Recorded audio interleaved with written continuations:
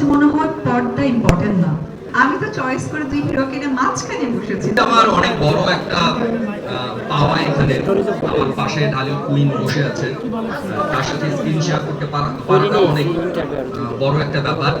আর আমাদের বিজু ভাইয়ের কথা যদি বলি যোগ করে, যে সিক্রেটটা কেন ভালো হবে, শুধু এতটুকু বলি যে এমকে প্রোডাকশন এটা বাংলাদেশের এমন কোনো মানুষ নাই যে জানে না।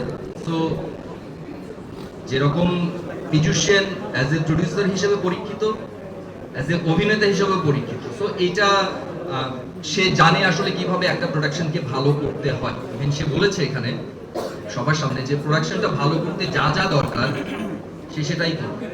আর মাসুদ ভাইয়ের কথা ধরে আমি বলি, আসলে গত 2 বছর আমার কাছে অনেক গল্প এসেছে।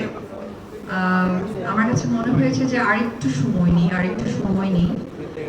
সেই সময়ের জায়গাটায় যখন ম্যাচ করে গেল, প্রথমে বন্ধন বিশ্বাস, পাশাপাশি এমকে প্রোডাকশন।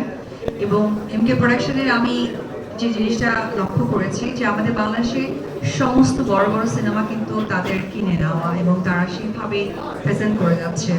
এবং আমি যখন একজন প্রযোজক হিসেবে ডেডিকেশন লেভেলটা দেখি যে না, সে কাজটাকে প্রাধান্য দিচ্ছে এবং এটার জন্য যা যা করা দরকার সেটাই সে চাচ্ছে।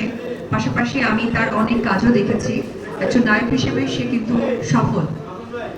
সেই সফলতা যখন বড় পর্দায় আসতে যাচ্ছে, তো সেই জায়গা থেকে আমার কাছে মনে হয়েছে যে না, এই গল্পটা এবং আমার কো-আর্টিস্ট এবং আমার প্রোডাকশন এবং আমার ডিরেক্টর সবকিছু যখন আমার কাছে ভীষণ পজিটিভ মনে হয়েছে, তখনই আসলে আমি এই সিনেমার সাথে যুক্ত হই।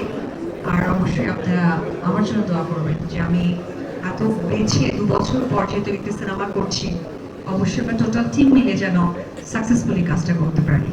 বাট এটা আসলে ধারণাটা ভুল।